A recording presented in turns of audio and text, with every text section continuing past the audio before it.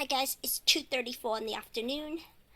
It is definitely August the 25th because I checked 2014. As you could see, that was one going inside. This is Sniffles, my boy, and this is my newest arrival. I just got her today. I spied her at the store 2 days ago, actually. I didn't get her yesterday because she didn't want to travel with Snowball. Snowball was okay with it. She went after Snowball. So I know that she will not house well with Snowball.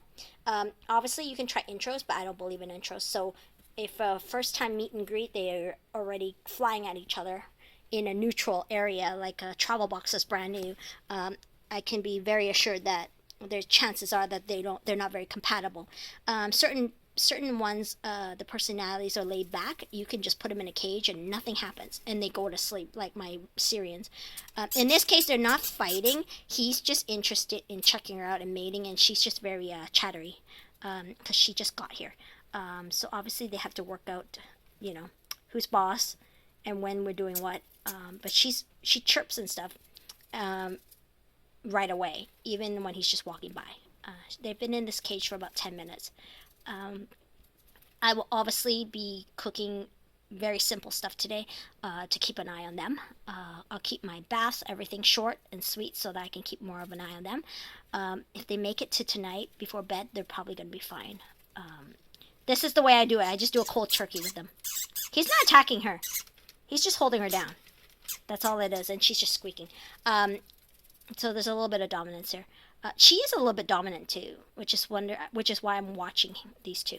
He's more laid back though than her, because I saw her fly at Snowball in the store. So I already got an idea that she's more of a dominant personality. But Sniffles, I've never had him with another male, so I don't know what kind of personality. But he's pretty calm too. They should get along very well, actually. They shouldn't have any major problems once they settle in.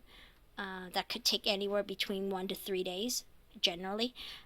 You'll still hear a lot of squeaks occasionally, especially in the middle of the night when they're more active and they, bump into each other. But once they've had their sniffs and meet and greets, they generally will go to sleep in separate corners. And over time, they will, be seen together doing stuff. My other Russians would eat together, sleep together, play together on the wheels. But they generally like their own corner to sleep, but they sleep together. They don't sleep in a pile, is what I mean. And I never heard much of the squeaking. This is generally the sound, though, if you guys are, never heard it. This is generally the sound when you need to look in on the cage and see what's going on. Hamsters will generally make this sound when they're either fighting or when there's a scuffle.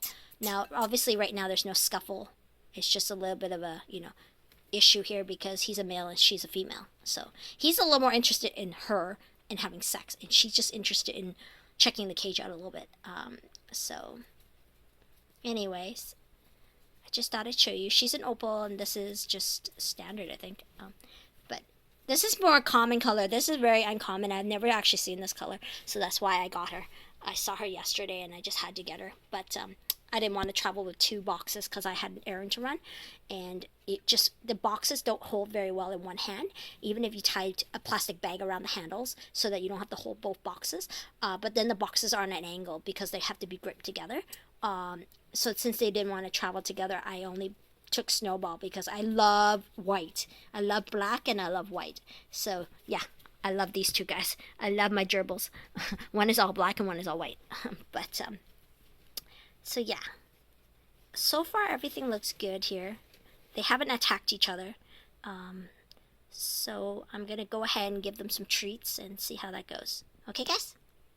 I'll keep you guys updated on the robos. The robos are sleeping right now, so she could be due at any time. But the cage was cleaned yesterday for the gerbils, and they should be due sometime starting today. So they're already on delivery watch if she is going to be giving, but it's her first one, so it could be a small litter, so she might not show at all. She doesn't show right now, so she might not even be pregnant, but I cleaned the cage anyway.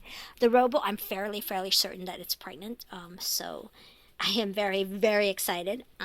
That's one of the reasons I was really hoping these two would get along, because I want to have a larger cage for the colony. So when they first wean from mom and dad, I'm actually going to keep them together, and then afterwards I'll go get one more of these cages, and then they're not fighting.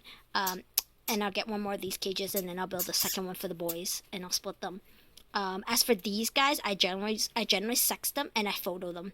That's one of the best ways for hamsters, especially Syrians that have a large litter. It saves a lot of time when you're trying to sort them if you don't have to keep looking underneath and keeping them still. Especially if you have a large litter and you don't have time to tame them well enough that they won't bite you. One of the best ways for Syrians is their markings. They're almost always not identical in any way. If there must be something different, especially with the pandas. So I generally photo my hamsters, and that makes it very easy. And then I just simply label each photo. So when I rehome them, I basically just set them up. I post them based on the individual markings, so people can just pick which marking they want, and then they'll know for sure which gender. I generally do the gender sexing when just before the fur comes in over the nipples, completely, so that they're very visible. You can definitely see there's dots where the nipples are.